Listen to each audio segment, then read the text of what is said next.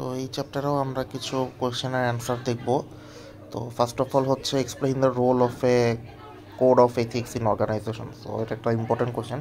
একটা অর্গানাইজেশনে আমার এথিক্যাল কোডস অর এথিক্স কেন দরকার? How do compliance based codes differ from integrity based codes in guiding employee behaviour? যখন আমাকে দুই ধরনের কোডের কথা বলা আছে, একটা হচ্ছে কমপ্লায়েন্স বেসড, একটা হচ্ছে integrity based. First of all আমরা জানবো যে কোড অফ এথিক্সটা কি। কোড অফ এথিক্সটা হচ্ছে গিয়ে আমার ওভারঅল কিছু সেট করা রুলস অ্যান্ড রেগুলেশনস, যেটা আমার এথিক্যাল পয়েন্ট অফ ভিউ থেকে করে চলতে হয় একটা কোম্পানিকে। লাইক আমি আমার চানাচুর বা বিস্কুট বা কেকের প্যাকেটে ওজন কম দিব না, দাম বেশি রাখবো না, কোনো মিথ্যা কিছু বলবো না, রাইট? এরকম অনেক কিছু আছে। দেখুন এই এথিক্সের রোলটা কি? এথিক্সের রোলটা কি? ফার্স্ট অফ অল এটা হচ্ছে গিয়ে অর্গানাইজেশনের একটা স্ট্যান্ডার্ড তৈরি করে দেয়, যে আমরা বলি যে ওই কোম্পানিটা অনেক এথিক্যাল, ওরা কোনো খারাপ জিনিস খাওয়ায় না, লাইক আকিজ। বাট প্রাণের প্রোডাক্ট নিয়ে আমরা কী জানি? প্রাণের প্রোডাক্ট ভালো না, অনেকটা আনএথিক্যাল ফুড স্ট্যান্ডার্ডের দিক থেকে, রাইট? দেন হচ্ছে serve as a reference for decision making in ethically ambiguous situations. তাহলে যখন একটা ক্রিটিক্যাল সিচুয়েশন তৈরি হয়ে যায়, যখন আমরা বুঝতে পারি না যে আমাদের আসলে কি করা উচিত, তখন এই রুলস রেগুলেশন, যেটাকে আমরা কোড অফ এথিক্স বলতেছি, সেইটা আমাদের কাজে লাগে। তো ওইখানে যেটা বলা আছে সেটাই করব,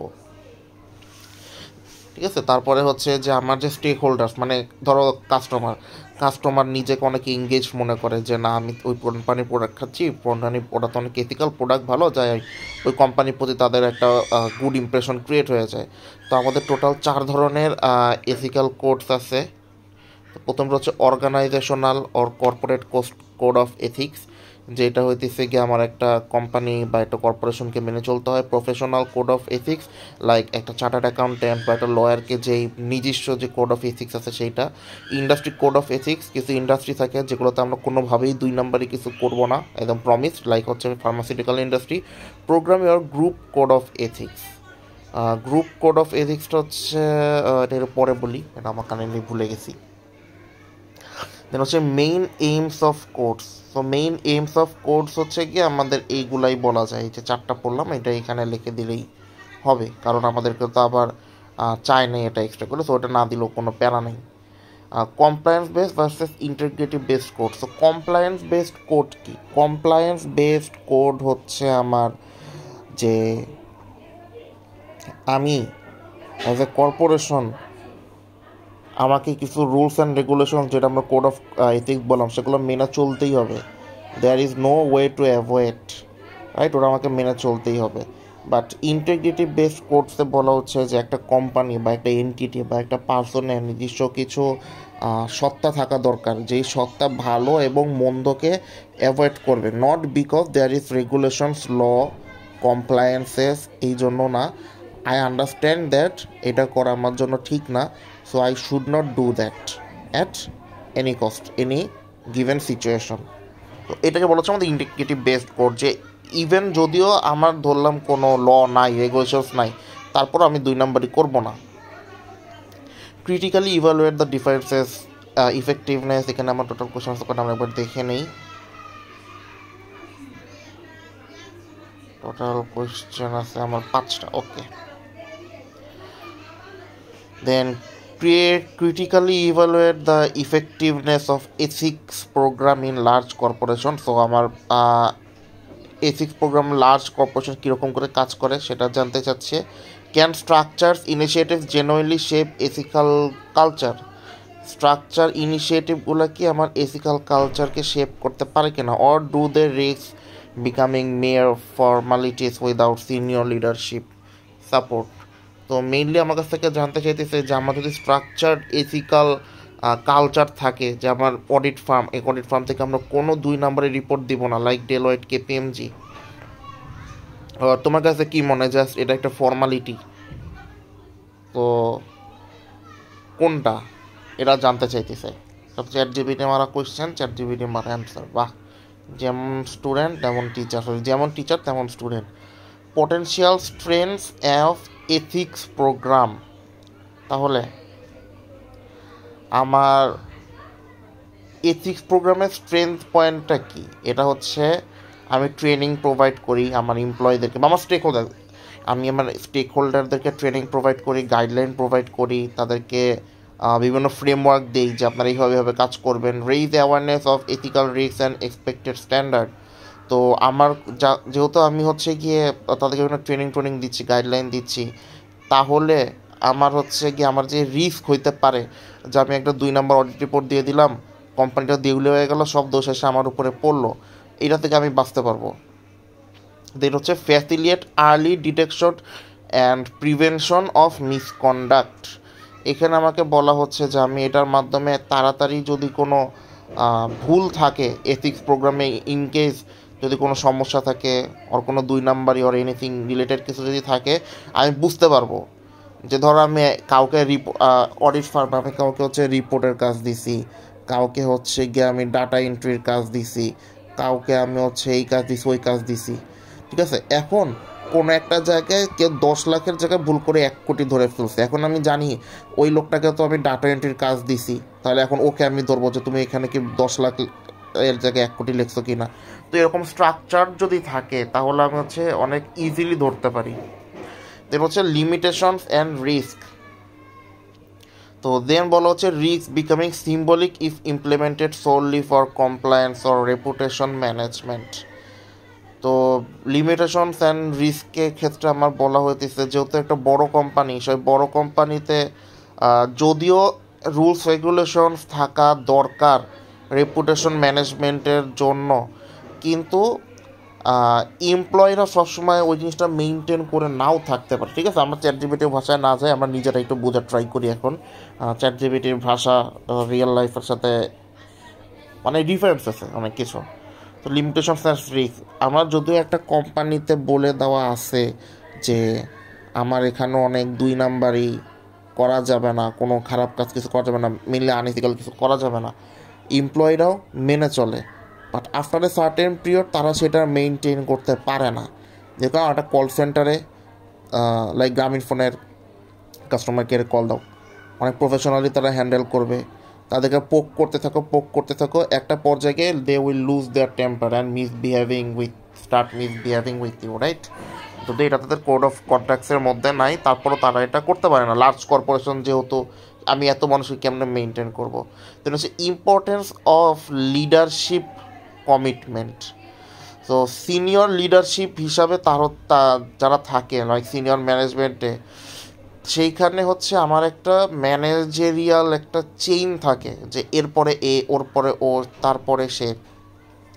সো সবার নিজস্ব একটা ইথিক্যাল স্ট্যান্ডার্ড থাকে, যেরকম যে সেলিং, ঠিক আছে, যে সেলিং পার্টে থাকে, সেলস ডিপার্টমেন্টে তাদের কাজ থাকবে তাদের মিথ্যা কথা বলে কোনো কাস্টমারের কাছে প্রোডাক্ট সেল না করা। অ্যাকাউন্টিং ডিপার্টমেন্টের কাজ থাকবে তারা যেন তাদের প্রফিটকে বেশি দেখায় অ্যানুয়াল রিপোর্ট না বানায়। ফাইন্যান্সের কাজ থাকবে তারা কোনো 2 নাম্বারি মাধ্যম থেকে টাকা না নিয়ে আসা। তারপরে হচ্ছে ম্যানেজমেন্টের কাজ থাকবে যাতে ভিতরে কোনো আনইথিক্যাল কোনো সিস্টেম বা আনইথিক্যাল এনিথিং যাতে না হওয়া, ঠিক আছে।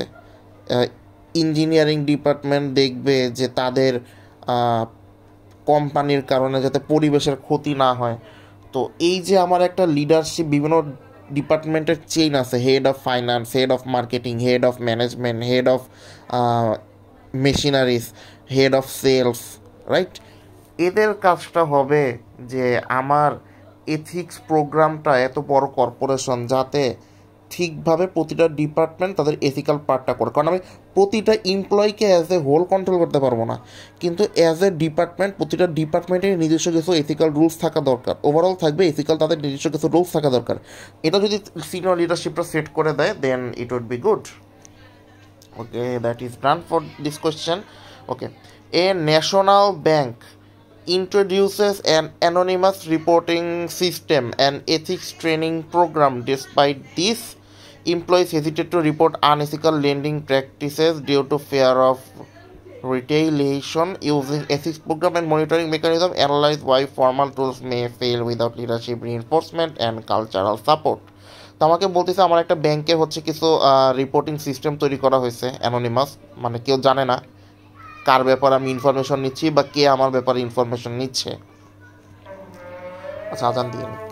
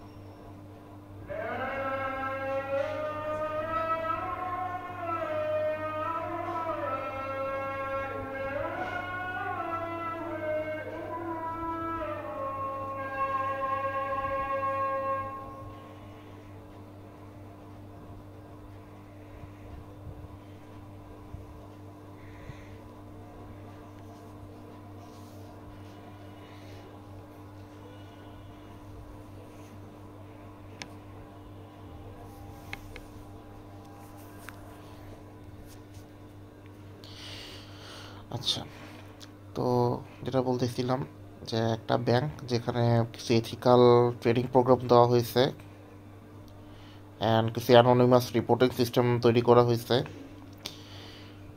তারপরেও দেখা যাচ্ছে যে এমপ্লয়িরা আনএথিক্যাল লেন্ডিং দিচ্ছে, মানে যাকে টাকা দেওয়ার কথা না তাকেও তারা লোন দিয়ে দিচ্ছে। কারণ তারা যদি একটা নির্দিষ্ট পরিমাণ লোন সেল না করতে পারে, যদি লোন না দিতে পারে, তাহলে তাদের হবে না, তাদেরকে চাকরি থেকে বের করে দেওয়া হবে বা পোস্টিং দিয়ে দিবে। তো এখন আমার কাছে মেনলি যাইতে চাইতেছে যে এই ধরনের টুলগুলা, মানে এরকম প্রোগ্রাম, ট্রেনিং প্রোগ্রাম, এত অ্যাডভান্স রিপোর্টিং সিস্টেম, এগুলো ফেইল করে কেন? আহ, এখন রিজন আমাকে দুইটা বলে দিছে, leadership, reinforcement and cultural support, কোয়েশ্চেনেই বলে দিছে। তো ফার্স্ট অফ অল আমরা দেখি reason for failure of formal tool. এখন এখানে তোমাকে একটা জিনিস বুঝতে হবে যে ল্যাক অফ ট্রাস্ট, যে এখন যদি আমি এটা করি, ঠিক আছে, এটা যদি আমি করি, মানে আমি মেনে চললাম, আমি কোনো আনইথিক্যাল পার্সনকে লোন দিলাম না, কিন্তু আফটার এ সার্টেন পিরিয়ড তো আমার চাকরি থাকবে না, কারণ আমি তো খুব কম মানুষকে এখন মানুষের কাছে লোন সেল করতে পারতেছি। তোরা যতই এথিক্স করুক, আমার তো দিন শেষে পেট বাঁচাইতে হবে। তারপরে কালচারাল ফিয়ার, তারপরে এখন কালচারাল ফিয়ারটা আমরা পড়েছি, কোনোটা আবার পরে আছে অ্যাবসেন্স অফ লিডারশিপ রিইনফোর্সমেন্ট। তো ধরলাম যে আমার এটা হচ্ছে ফাইন্যান্স ডিপার্টমেন্টে আমার ফাইন্যান্স ডিপার্টমেন্টের হেড হইতেছে আমার মতো, তার কোনো কিছু যায় আসে না, সে চিল চিল গাই। তো এই ধরনের লিডারশিপ যদি থাকে তাহলে তার এমপ্লয়িরা হইতেছে আনএথিক্যাল হবেই, এটা অ্যাভয়েড করার কোনো উপায় নেই। সো আমি যদি আমার ডিপার্টমেন্ট হেডগুলাকে যদি আমি এথিক্যাল বানাইতে পারি, আমার এমপ্লয়িরা অটোমেটিক্যালি এথিক্যাল হয়ে যাবে। কালচারাল মিসঅ্যালাইনমেন্ট, এটা একটা হাস্যকর ব্যাপার, লাইক বাঙালি অ্যান্ড ইন্ডিয়ান, এদেরকে এটা খুবই আনএথিক্যাল পারসনস, পিপল। এখন ওদের আমাদের রক্তে না এথিক্যাল বলে কিছু নাই। আমাদের ডেইলি একটা দুইটা করে আনএথিক্যাল কোনো কিছু না করতে পারলে আমাদের পেটের ভাত হজম হয় না। তো এই কারণে যেটা হইতেছে, আমাদের কালচারাল মিসঅ্যালাইনমেন্টের কারণে আমাদের বাংলাদেশ আর ইন্ডিয়ানকে যত যাই করুক আমরা আনইথিক্যাল থাকবই। তো এখানে কালচারাল মিসঅ্যালাইনমেন্টটা একটা অনেক বড় fact. Required cultural and leadership support, এখানে বলা হচ্ছে আমার যে কোম্পানি, আমার বিভিন্ন ডিপার্টমেন্টের যে হেড, তাদের উচিত তাদের এমপ্লয়ীদের ভালো করে পলিশ করা। যা একটা উইকলি আমরা একটা 1 ঘন্টার মিটিং রাখবো যে ভাই এরকম এরকম করবে না, আপনি এরকম কোনো যদি সিনারিও ফেস করে থাকেন যেখানে আপনাকে আনএথিক্যাল কিছু করতে হইতেছে, সেটা আমাদের সাথে শেয়ার করেন, যেটা আমরা সলভ করতে পারি। তাদেরকে ভয় ভীতি দেখানো যাবে না, তাদেরকে বুঝাইতে হবে it's part of your job, you do not have to fear that. এরকম করে দেন কালচারাল তাদেরকে বুঝাইতে হবে যে ভাই আমি বুঝতে পারতেছি ও, কিন্তু ওটা ছিল বাংলাদেশ, এর আপনি ইউরোপে আসছেন, ওই প্র্যাকটিসটা আপনি এখানে করতে পারবেন না, যদি করেন তাহলে সার্ভাইভ করতে পারবেন না। তো এরকম সাপোর্ট টাপোর্ট দেওয়ার মাধ্যমে আমরা আমাদের কাজ করাই নিতে পারি। দেন এই কোশ্চেন আমাকে বলতেছে energy farm ইন্টিগ্রেটস ethical criteria into procurement and environmental compliance monitoring while competitors cut corners to reduce cost. Discuss how embedding ethics into business operation can yield long-term reputational and strategic benefits despite short-term competitive pressure. So একটা farm যারা হচ্ছে প্রকিউরমেন্টে, মানে তাদের কাস্টমারের কাছে product পাঠানো পর্যন্ত যে কাজটা, সেইটা মানে ওয়্যারহাউস থেকে কাস্টমারের কাছ পর্যন্ত যাবে, এইটার পাশাপাশি তারা হচ্ছে এনভায়রনমেন্টে তারা কোনো ক্ষতি করতেছে কিনা সেটা মনিটর করে। আর অন্যদিকে তার কম্পিটিটরদের কাজ হচ্ছে গিয়ে শুধুমাত্র তাদের খরচ কমানো নিজেদের কোম্পানির। এখন আমার বিজনেস অপারেশনের সাথে কিভাবে আমার এই দুইটা মিক্স হয়ে কিভাবে আমার কোনটা আমাকে strategic and long term benefit দিচ্ছে। এখন strategic and long term benefit কী হচ্ছে, যেই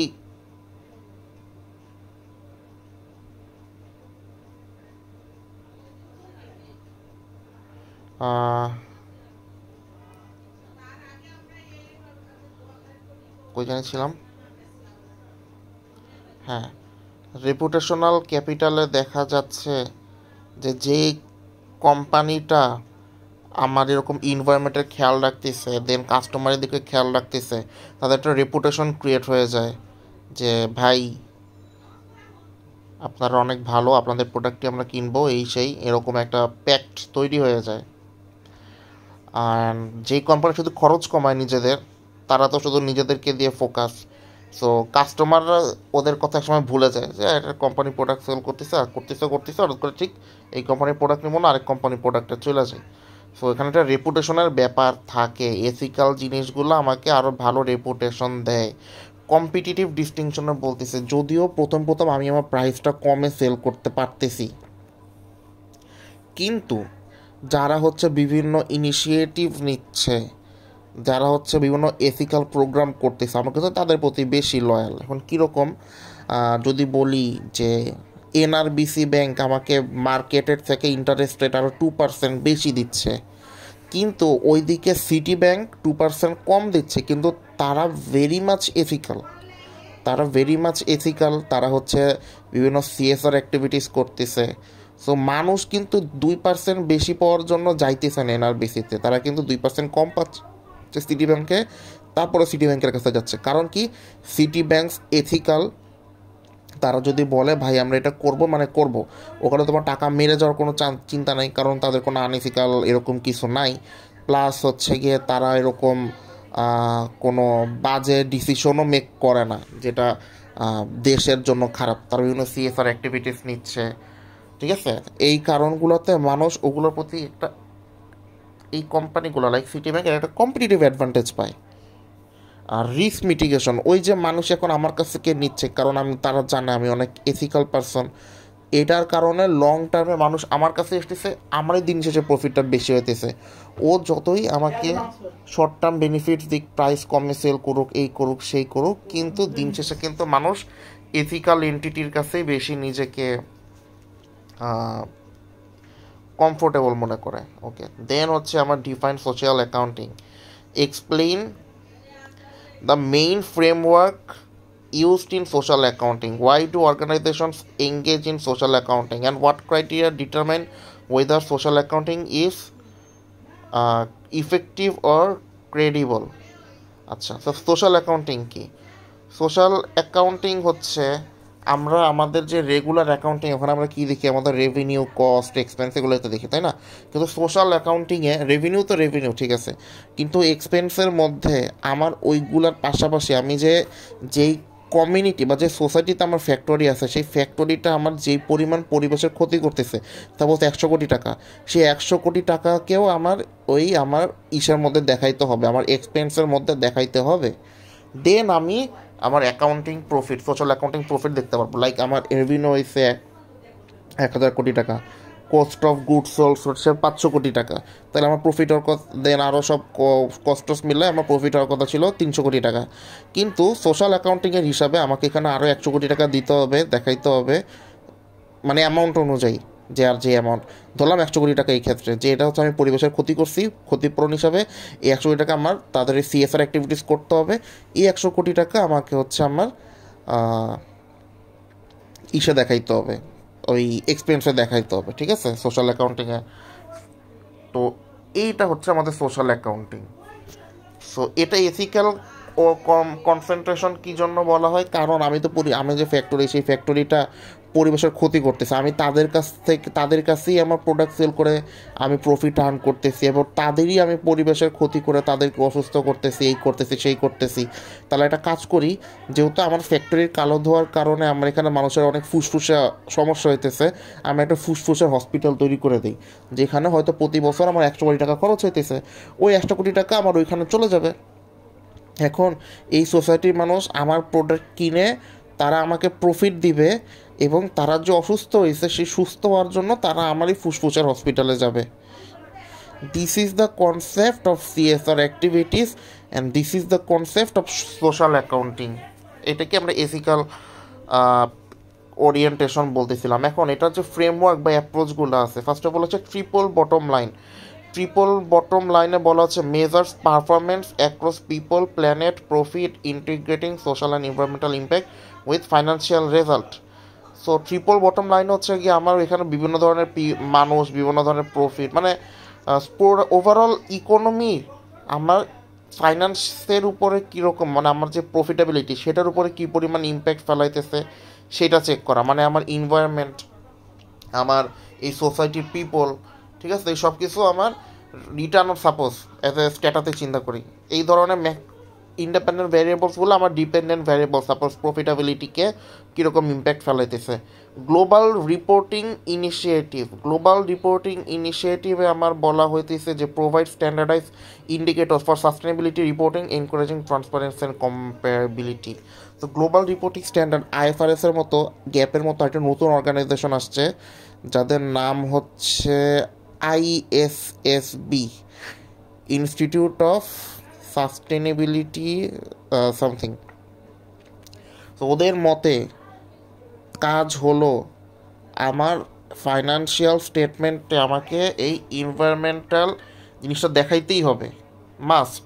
সো এই গ্লোবাল রিপোর্টিংয়ের মাধ্যমে আমরা বুঝতে পারতেছি এটা ইকোনমিতে কতখানি নেগেটিভ ক্ষতি করতেছে এবং এটা এগেনস্টে তারা কী পরিমাণ ইকোনমি বা সোসাইটিতে ইনপুট দিচ্ছে।